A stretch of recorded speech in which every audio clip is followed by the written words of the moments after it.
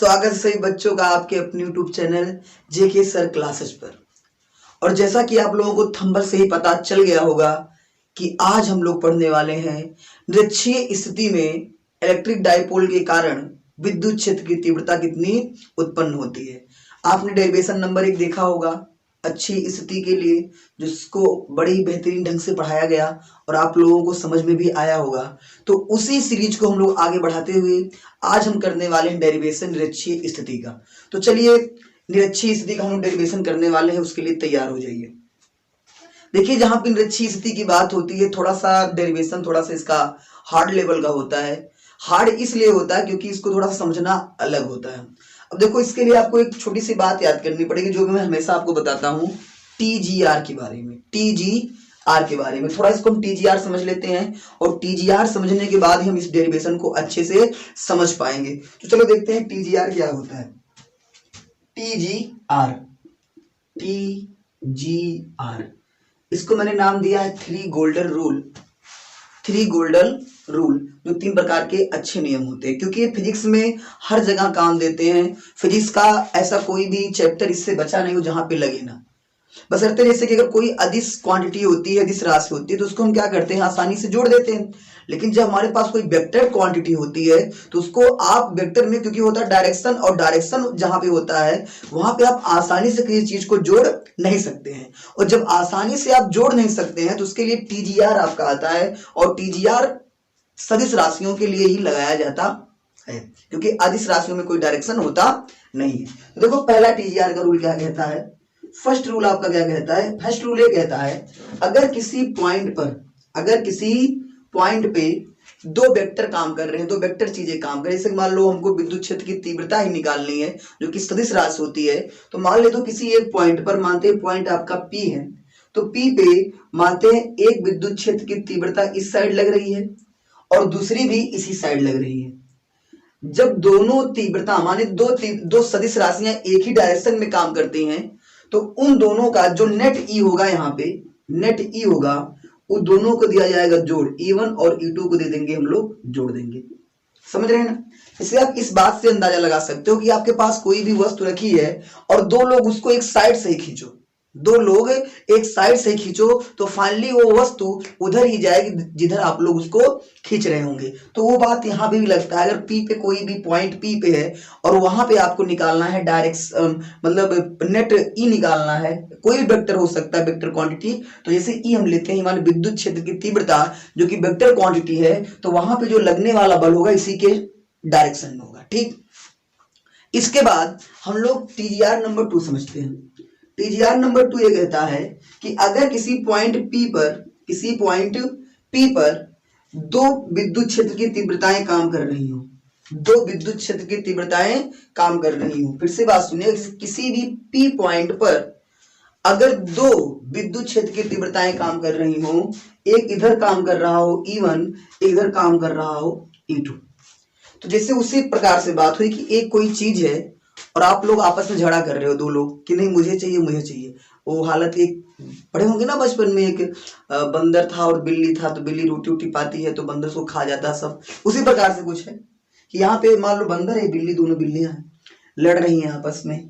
तो होता क्या है कि ये दोनों इसको खींचे जा रहे हैं। तो तुम सोचो खुद कि वो उधर जाएगा जिधर बल ज्यादा लगेगा। इसको हमने अच्छी वाले में भी बताया था। ऐसा ही चित्र बना था अच्छी में, जब P हम लोग निकाल रहे थे तो वहां पे ए था कि एक इधर जा रहा था और एक उधर जा रहा था। हम लोग क्या करेंगे कि बड़े में से छोटा वाला घटाएंगे। हाँ, फाइनली अगर ये दोनों बराबर हो जाए तो यहाँ पे कोई बल लगने वाला नहीं है। तो इस केस में, इस वाले केस में किसी भी P पे अगर दोनों तरफ बल लगता है तो बड़े में से दूसरा वाला घट जाता है। इसका जो ई नेट होगा वो क्या करेगा कि ई नेट क्या करेगा, फाइनली घटा देगा, बड़े में से छोटा वाला घटा देगा। तो बड़ा कौन सा है, मान लेते कोई भी हो, तो हम लिख सकते E1 डिफरेंस E2। डिफरेंस का मतलब जो भी बड़ा होगा उसमें से वो घट जाएगा। तो आपको TGR1 TGR2 समझ में आ गए, दो नियम समझ में आ गए। तीसरा समझते हैं। तीसरा वहां पे लागू होता है जहां पे दो वेक्टर क्वांटिटी एक ही पॉइंट पे अलग अलग थीटा कोण पे जाए। जैसे कि मान लेते हैं एक इधर जा रहा हो E1 और इसी पॉइंट P पे एक इधर जा रहा हो, ये आपका होता है E2। समझ रहे ना।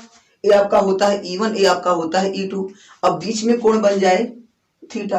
तो इन दोनों क्या करना पड़ता है, इन दोनों को एक में मिलाना पड़ता है, जिसको हम बोलते हैं मर्ज। मर्ज माने एक में मिला देते हैं। तो जब इन दोनों को मिलाते हैं तो इसके लिए जो टोटल नेट निकल के आता है, जिसको हम बोलते हैं ई नेट। ई नेट क्या होता है, इसके लिए होता है अंडर रूट E1 का स्क्वायर धन E2 का स्क्वायर धन 2E1 E2 कॉस थीटा। फिर से सुनिएगा, अगर ई नेट निकालना हो, क्योंकि माने विद्युत क्षेत्र की तीव्रता वेक्टर क्वांटिटी है, मैं पहले बता ही चुका हूं। तो अगर इसका ई नेट निकालेंगे तो E1 का स्क्वायर धन E2 का स्क्वायर धन 2E1 E2 cos theta under root में होता है। तो कोई बहुत बड़ी बात होती नहीं है। और अगर आप लोग 11 में पढ़े होंगे, एक वेक्टर वाला चैप्टर है, तो वहां पे ये चीज फाइनली बताई गई होगी, अच्छे से टीचर बताए होंगे। तो ये चीज आपको समझ में आ जानी चाहिए। मैंने क्या बताया, अगर एक पॉइंट पे दोनों तरफ कोई भी क्वांटिटी लग रही है, विद्युत क्षेत्र की तीव्रता एक ही साइड हो, तो दोनों को जोड़ दिया जाता है।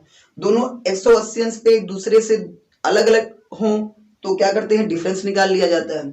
और अगर कोण बना के जाएं थीटा पे, तो क्या करते हैं, E1 स्क्वायर धन E2 की स्क्वायर धन 2E1 E2 cos थीटा कर देते हैं। फाइनली यहाँ तक आपको समझ में आया होगा। तो इसका क्या करिए, आप लोग स्क्रीनशॉट लीजिएगा, फिर हम लोग आगे बढ़ते हैं। चलिए मिटा देते हैं, हो गया होगा आप लोगों का। तो ये TGR आपको समझ में आ गया होगा। अब TGR समझ में आने के बाद अब आपको ये समझाना जरूरी है कि अब निरक्षीय में तीव्रता कैसे होती है, निरक्षीय में तीव्रता कैसे होती है। तो फाइनली वही हम मानेंगे। और आपको मैं बता दूं इसको तोड़ने का तरीका, इसमें थोड़ा तोड़ा भी जाता है, तो भी आगे हम लोग देख लेंगे। ठीक, थोड़ा वीडियो बड़ी भी हो जाएगी क्योंकि भाई डेरिवेशन थोड़ा सा हार्ड है। चलिए ठीक, ध्यान से देखिएगा।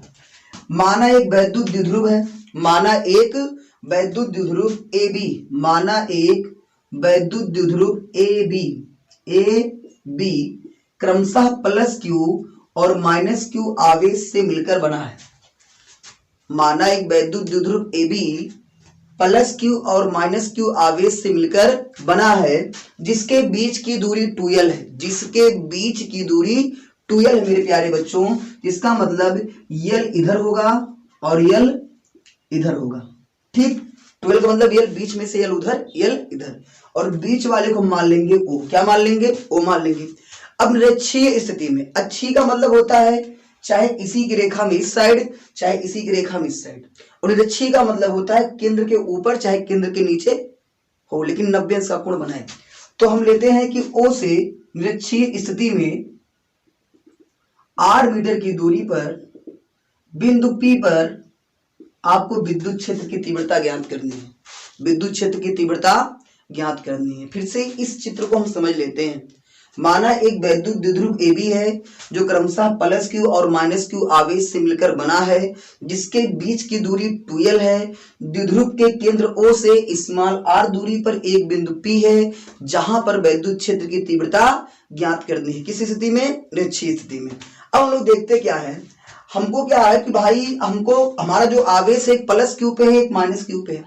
आवेश की परिभाषा ये होती है कि आवेश किसी भी द्रव्य का वह गुण होता है जो अपने चारों तरफ विद्युत क्षेत्र या चुंबकीय क्षेत्र उत्पन्न करता है या उसको महसूस करता है। तो सीधी सी बात ये होती है कि जो ये आवेश हैं ये अपने चारों तरफ एक प्रकार का इलेक्ट्रिक फील्ड का निर्माण करेंगे। और जब इलेक्ट्रिक फील्ड का निर्माण करेंगे तो ये तो कहना तो उचित है कि +Q वाला भी यहाँ पे इलेक्ट्रिक फील्ड लगाएगा और -Q वाला भी इलेक्ट्रिक फील्ड लगाएगा। और इलेक्ट्रिक फील्ड जो होता है वो चार्ज पर और उसके डिस्टेंस पर निर्भर करता है, जिसपे आपको निकालनी रहती है। तो हम क्या करेंगे, पहले ए वाली डिस्टेंस ज्ञात करेंगे। ए से P तक की डिस्टेंस कितनी है और B से P तक की डिस्टेंस कितनी है, समझ पा रहे हैं। ए से P तक की डिफरेंस मतलब डिस्टेंस कितनी है और P से B तक की डिस्टेंस कितनी है। तो देखो यहाँ पे R, यहाँ पे L है। तो हम चित्र से क्या करेंगे, पाइथागोरस प्रमेय लगा देंगे। किससे, पाइथागोरस प्रमेय लिखेंगे। चित्र से क्या करेंगे, चित्र से। तो त्रिभुज, समकोण त्रिभुज, कौन त्रिभुज, समकोण त्रिभुज। और समकोण त्रिभुज जानते होंगे, समकोण त्रिभुज वह त्रिभुज होता है जिसमें कोण 90 अंश का होता है। तो समकोण त्रिभुज OPA में, OPA में, वैसे OPA ना लिख के आप AOP लिखो तो ज्यादा बेटर रहेगा। AOP में, तो AOP में जाओगे तो पाइथागोरस प्रमेय लगा दो। क्या लगा दो, पाइथागोरस प्रमेय। और मेरे प्यारे बच्चों पाइथागोरस प्रमेय समकोण त्रिभुज पर ही लगती है, ठीक है ना। तो लिखेंगे पाइथागोरस प्रमेय से, पाइथागोरस पाइथागोरस प्रमेय से, पाइथागोरस प्रमेय से। अब पाइथागोरस प्रमेय क्या कहती है? पाइथागोरस प्रमेय कहती है कि कर्ण का स्क्वायर बराबर लंब का स्क्वायर प्लस आधार का स्क्वायर। तो 90 अंश के जो सामने होता है उसे हम कहते हैं कर्ण, और ए वाला कोण तो मानेंगे थीटा, तो थीटा के सामने हो जाएगा लंब और बचा कौन सा? आधार। 90 के सामने का होता है कर्ण, थीटा के सामने का होता है लंब और बची भुजा क्या हो जाती है? आधार हो जाती है। तो कर्ण क्या हो जाएगा? एपी का स्क्वायर, किसका स्क्वायर? एपी का स्क्वायर बराबर ओपी का स्क्वायर धन ओए का स्क्वायर। सही है? एपी स्क्वायर बराबर ओपी का स्क्वायर धन ओए का स्क्वायर। तो एपी का मान कितना है? हमको ज्ञात करना है। एपी का स्क्वायर हमको क्या करना है? ज्ञात करना है। अब देखते हैं ओपी, ओ से पी कितना है? आप कहोगे आर है, कितना है? आर है, तो आर का स्क्वायर धन ओए कितना है? ओ ए, आप कहो कितना है? यल है, यल है तो यल का स्क्वायर हो जाएगा। तो एपी कितना हो जाएगा? एपी आपका हो जाएगा under root R square plus L square, under root R square plus L square, ये आपका एपी हो गया। अगर एपी आपका हो गया under root R square plus L square, तो दीदी भी तो इतना होगा, क्योंकि इसमें भी आर कॉमन भुजा हो गई, इधर भी यल है इधर भी यल है, तो इतना ये भी हो जाएगा। तो ये भी हो जाएगा under root R square plus L square. तो फाइनली हमने दूरी निकाल ली। तो हमने क्या निकाल ली? दूरी निकाल ली। और दूरी ही निकालना थोड़ा सा कठिन काम था इसमें, और बाकी कोई बहुत बड़ी बात नहीं थी। ठीक, तो दूरी हमने निकाल लिया पाइथागोरस प्रमेय लगा के। अब क्या करेंगे? हमारा ये उद्देश्य होगा कि हम यहाँ पे प्लस क्यू पे इस पे तीव्रता निकालें और माइनस क्यू पे भी तीव्रता निकालें। ठीक है ना? तो थोड़ा ध्यान से देखो, डायरेक्शन अभी हम लोग इग्नोर करेंगे, डायरेक्शन भी बाद में बताएंगे। तो यहाँ हम देखेंगे कि प्लस क्यू आवेश के कारण, किसके कारण? प्लस क्यू आवेश के कारण बिंदु P पर उत्पन्न विद्युत क्षेत्र की तीव्रता। चलो देखते हैं। तो यहाँ पे लिखते हैं प्लस क्यू आवेश के कारण, प्लस क्यू आवेश के कारण बिंदु P पर उत्पन्न वैद्युत क्षेत्र की तीव्रता, उत्पन्न वैद्युत क्षेत्र की तीव्रता किस बिंदु पर? P बिंदु पर। किसके कारण? प्लस क्यू के कारण। तो ध्यान से इस बात को समझो कि प्लस क्यू के कारण इस पे निकालोगे तो वही फार्मूला होता जो मैंने बताया था, E बराबर 1/4πε0 K Q बटा आर स्क्वायर। उसी फार्मूले को हम लगाने वाले हैं। तो आपका हो जाएगा ए पे है ना प्लस क्यू, लिखेंगे EA बराबर 1/4πε0 K Q बटा आर स्क्वायर। आर स्क्वायर मतलब दूरी का स्क्वायर, और दूरी कितनी है? Under root R square plus L square पूरे का होल स्क्वायर। सही है ना? अब आपको पता होगा कि रूट और स्क्वायर कट जाएगा, क्योंकि रूट का मतलब होता है 1/2। रूट किसी पे भी लगा हो उसका मतलब होता है 1/2।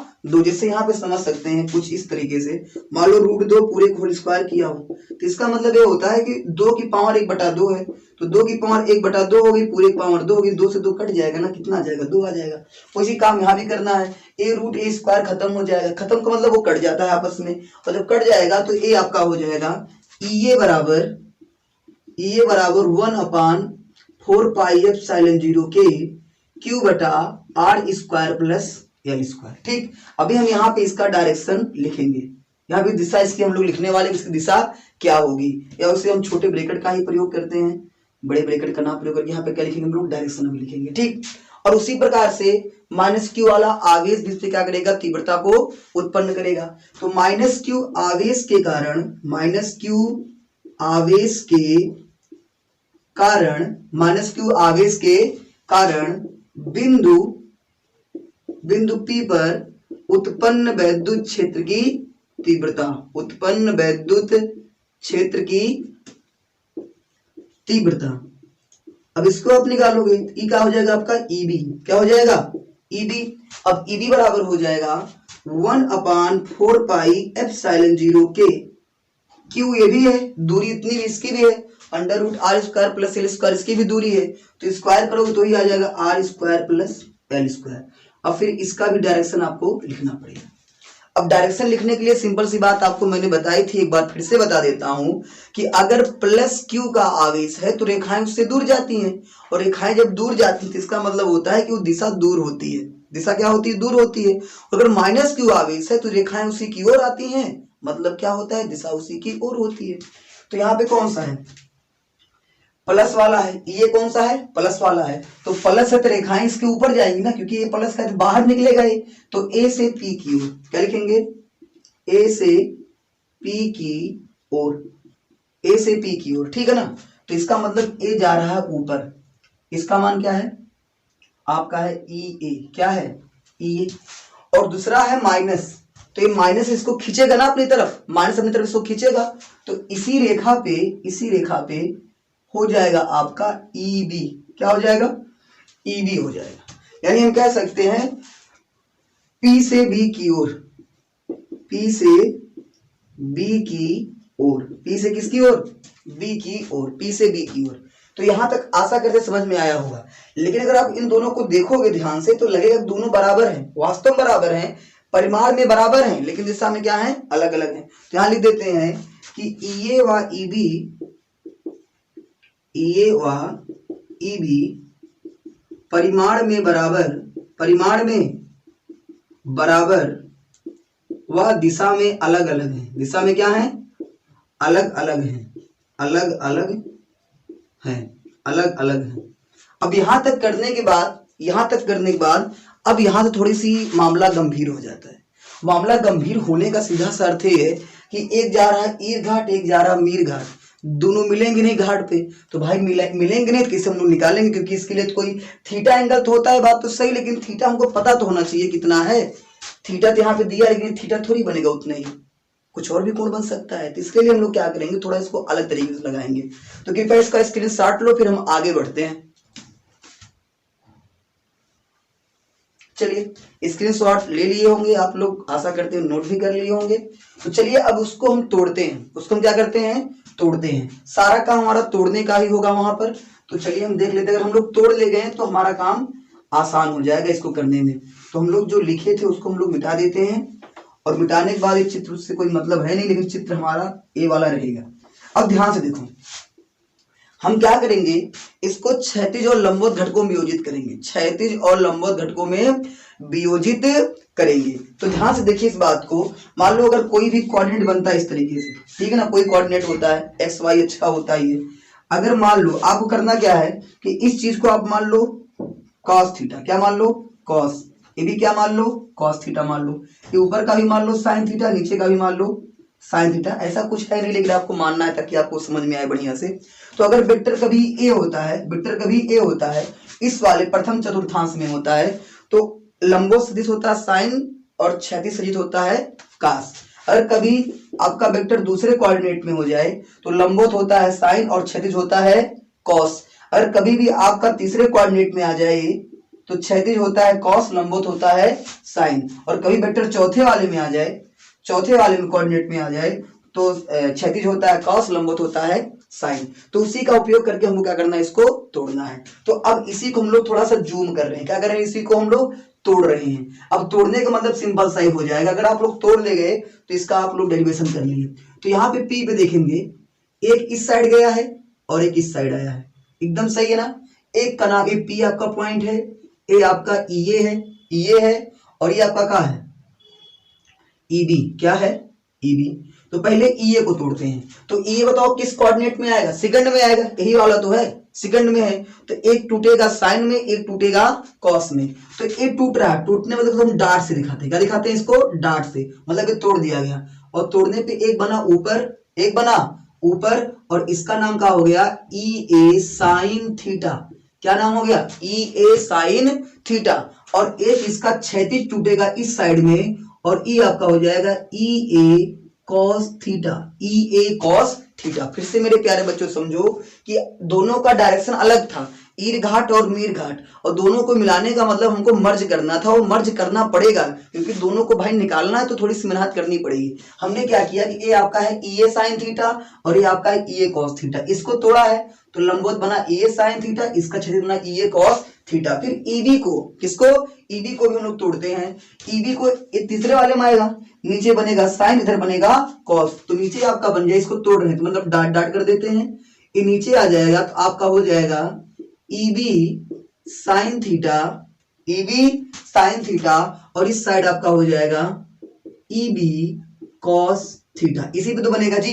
अब देखो इसको आप लोग 2-3 बार देख लेना बैक करके, आपको अच्छे से समझ में आ जाएगा। अब मेरी बात सुनो, अब आपका ए और ए तो खत्म हो गया है, क्योंकि इसको आपने वियोजन कर दिया, आपने उसको तोड़ दिया है, तो आपका जब तोड़ दिया तो ए वाला ई बी गायब हो गया। अब आपके पास बचा है ई ए साइन थीटा ऊपर, ई बी साइन थीटा नीचे। अब मुझे ये बताओ कि ई ए बी बराबर था, तो चित्र से या ऐसे हम पता लगा लेते हैं कि ई ए साइन थीटा व ई बी साइन थीटा परिमाण में बराबर, किसमें, परिमाण में बराबर व दिशा में विपरीत है, व दिशा में क्या है, विपरीत है, दिशा में विपरीत है, अतः वे एक दूसरे को निरस्त कर देंगे, एक दूसरे को क्या कर देंगे, निरस्त कर देंगे, मतलब खात्मा कर देंगे जी, खत्म हो जाएंगे, विलुप्त हो जाएंगे डायनासोर की तरह, पता नहीं चलेगा कहां चले गए।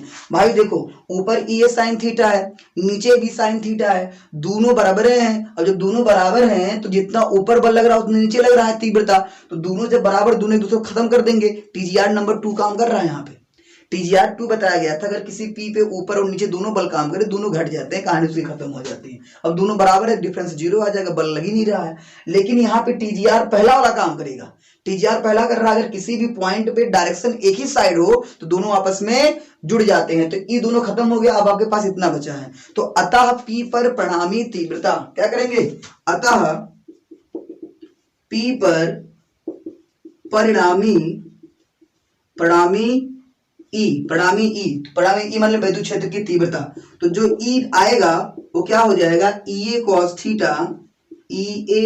Theta plus E B cos theta ही होगा ना, E A cos theta plus E B cos theta, क्योंकि दोनों का डायरेक्शन सेम है। अब चूंकि पढ़े हो आप लोग, अभी पढ़े हो कि ई ए और ई बी क्या है, दोनों बराबर हैं, ई ए और ई बी क्या है, दोनों बराबर हैं। अब जब दोनों बराबर हैं तो ई A cos theta B A cos theta 2 E A cos theta हो जाएगा, तो ई बराबर आपका हो जाएगा 2 ई A cos theta, 2 E A cos theta. अब ई ए का मान रख देंगे, कॉस का मान रख देंगे, और फाइनली आपका आंसर आ जाएगा। ठीक है ना, तो एक बार इसका फिर से स्क्रीनशॉट लो, फिर आगे बढ़ते हैं। चलिए स्क्रीनशॉट आपका ये भी हो गया होगा, फिर आगे बढ़ते हैं। यहां तक समझ में आया? अगर ना आया हो तो फिर से मैं आपको बता देता हूं कि इस वाले पॉइंट पे एक ईर घाट था, एक मीर घाट था। ध्यान से समझना, थोड़ा सा डेरिवेशन हार्ड है, और भाई जो चीज कठिन होती है वो सबके लिए होती है, ऐसा नहीं कि आपके लिए कठिन लग रही दूसरे के लिए आसान होगा। भाई आसान उसके लिए तब हो सकता है जब उसी चीज को बार बार पढ़ाओ, ठीक है ना, उस चीज को क्या पढ़ाओ, बार बार पढ़ाओ। लेकिन भाई कठिन उसके लिए भी होगा ये चीज। हम क्या करते हैं, तो एक इधर जा रहा है, एक इधर जा रहा है, तो दोनों को क्या करेंगे, लंबवत और क्षैतिज घटकों में योजित करेंगे। उसके लिए रूल ये कहता है, फर्स्ट कोऑर्डिनेट में है तो लंबवत क्षैतिज, सेकंड में है तो लंबवत क्षैतिज, थर्ड में है तो लंबवत क्षैतिज, चतुर्थ में है तो क्षैतिज लंबवत। समझ गए? तो उस हिसाब से हमने इसको तोड़ा, तो इसका लंबवत बना ई ए साइन थीटा, क्षैतिज बना ई ए कॉस थीटा। ठीक, इसके बाद जब इस वाले को हमने बी वाले को तोड़ा तो क्षैतिज बना ई बी कॉस थीटा, लंबवत बना ई बी साइन थीटा। अब हम देख रहे हैं कि ई बी साइन थीटा, ई ए साइन थीटा परिमाण में बराबर और दिशा में क्या है, विपरीत है, अतः वे एक दूसरे को क्या कर देंगे, निरस्त कर देंगे, डिलीट कर देंगे, खत्म हो जाएंगे, सत्यानाश कर लेंगे, जो भी कहना चाहो सब कह डालो, खत्म हो गए। ठीक, इसके बाद अतः पी पर परिणामी ई, अतः पी पर परिणामी ई का मतलब इस पी पे टोटल बल कितना लग रहा है, तो ई दोनों एक डायरेक्शन में है। टीजीआर नंबर फर्स्ट काम करता है कि अगर किसी भी पॉइंट पे दोनों तरफ अगर बल काम कर रहा है तो दोनों को फाइनली जोड़ दिया जाता है। हम दोनों को जोड़ दिए, ई जो नेट होगा पी पे, इन दोनों को जोड़ा गया, तो ई ए कॉस थीटा और ई बी कॉस थीटा।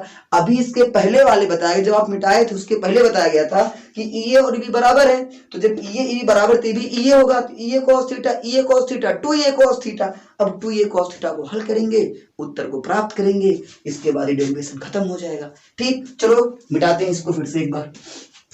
चलिए मिट रहा है धीरे धीरे।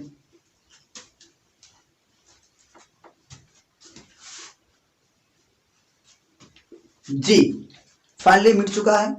अब देखो ध्यान से, अब क्या करना है कि हम निकालना हमको क्या है कि E बराबर 2 ई ए कॉस थीटा, E बराबर 2 ई ए कॉस थीटा।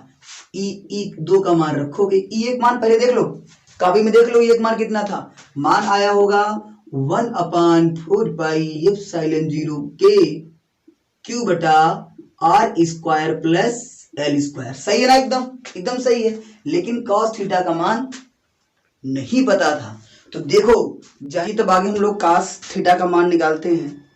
तो cos थीटा का मान कैसे निकलेगा इसको हम लोग देख लेते हैं। cos थीटा का मान कैसे निकलेगा, ठीक है ना? तो देखते हैं। तो यहां पर cos थीटा का मान निकालने जाएंगे त्रिभुज, इसमें जाएंगे भैया त्रिभुज AOP में, AOP में लेंगे cos थीटा को। काफी पूछ रहा है, देखेंगे cos थीटा बराबर क्या होता है। cos थीटा बराबर होता है लंब बटा आधार बटा कर्ण। पढ़े होंगे ना लाल बटा कक्का, LAL बटा KKA। तो cos दूसरे नंबर पे होता है आधार बटा कर्ण। तो यहां से लेंगे आधार क्या है OA, आधार क्या है OA, और कर्ण क्या है AP, ओ एक मान L, AP का मान √r² प्लस L स्क्वायर। अब क्या करना बाबू, इसी का मान यहाँ पे रख दो। cos थीटा का मान कितना आ गया L/√r² प्लस L स्क्वायर। सही है ना? इसकी पावर कितनी मानी जाएगी, एक मानी जाएगी। इसकी पावर कितनी मानी जाएगी, 1/2। आधार समान होने पे घातें आपस में जुड़ जाती हैं, तो 1/1 हो जाएगा 3/2। देखो ध्यान से, E बराबर लिखेंगे 1/4πε0 को 0 के हो जाएगा Q इंटू 2 गुणे L, 2L बन जाएगा। और नीचे इसकी पावर है 1, इसकी पावर है 1/2, रूट का मतलब 1/2, और 1/1/2 कितना हो जाएगा 3/2। तो r² प्लस L स्क्वायर पूरे की पावर 3/2। अब ये बताओ कि ये चीज क्या बन जाएगी, P क्या बन जाएगी, P बराबर Q गुणे 2L, P बराबर Q गुणे 2L। तो आपका वो बन गया P। तो E बराबर आ जाएगा 1/4πε0 के P/r² प्लस L स्क्वायर पूरे की पावर 3/2। अब हम क्या करेंगे, जैसे अच्छे में हमने L को 0 लिया था, L को छोटा माना था, ठीक उसी प्रकार से हम लोग क्या करेंगे, यहाँ पे R को भी क्या करेंगे, छोटा मानेंगे। ठीक है ना? तो लिखेंगे कि यदि L छोटा है R से, तो L स्क्वायर भी छोटा होगा R स्क्वायर से। समझ रहे ना?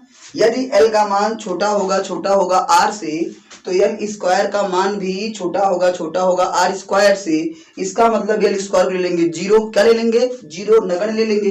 तो E बराबर आ जाएगा 1/4πε0 के P/r² पूरे की पावर 3/2, पूरे की पावर 3/2। तो 2 से 2 कट गया, और आपका उत्तर कितना आ गया यहाँ पे, E बराबर 1/4πε0 के P/r³, और ए आपका आ गया फाइनल आंसर। समझ रहे ना? तो निरक्षीय में तीव्रता होती है E बराबर 1/4πε0 के P/r³। एक बार यहां से फिर से हम लोग देख लेते हैं, होता कितना है, E बराबर 2EA cos थीटा। 2EA का मतलब 1/4πε0 के Q/r² प्लस L स्क्वायर।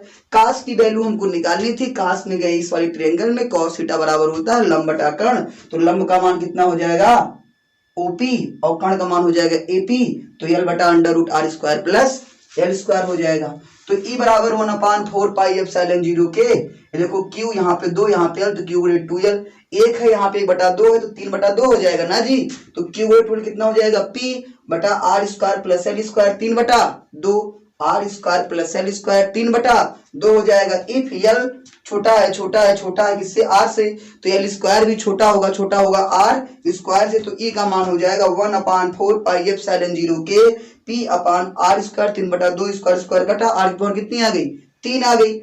3 उत्तर आ गया आपका न्यूटन पर कूलम। तो चलिए ऐसा करते हैं, आपको इस वीडियो पसंद आएगी, आप इसको देखिएगा, एक बार नहीं, दो बार नहीं, अगर जब तक समझ में आए 2-3 बार देखिएगा, आपको पूरा समझ में आ जाएगा। इसकी पूरी गारंटी आप लोगों को है कि आपको समझ में आएगा, आप समझने का प्रयास करेंगे तो चलिए अब आगे मिलते हैं अगली इसी वीडियो में। इसका एक 6 वाला आया, इसके बाद आपका एक और इस पे आएगा। तो इस तरह से जो निगमन वाली सीरीज है पूरा आपकी अल्टरनेट चलती रहेगी, और जितने भी क्लास 12 के निगमन होंगे सब इसी प्लेलिस्ट में आपको मिलते चले जाएंगे। चलिए धन्यवाद, थैंक यू।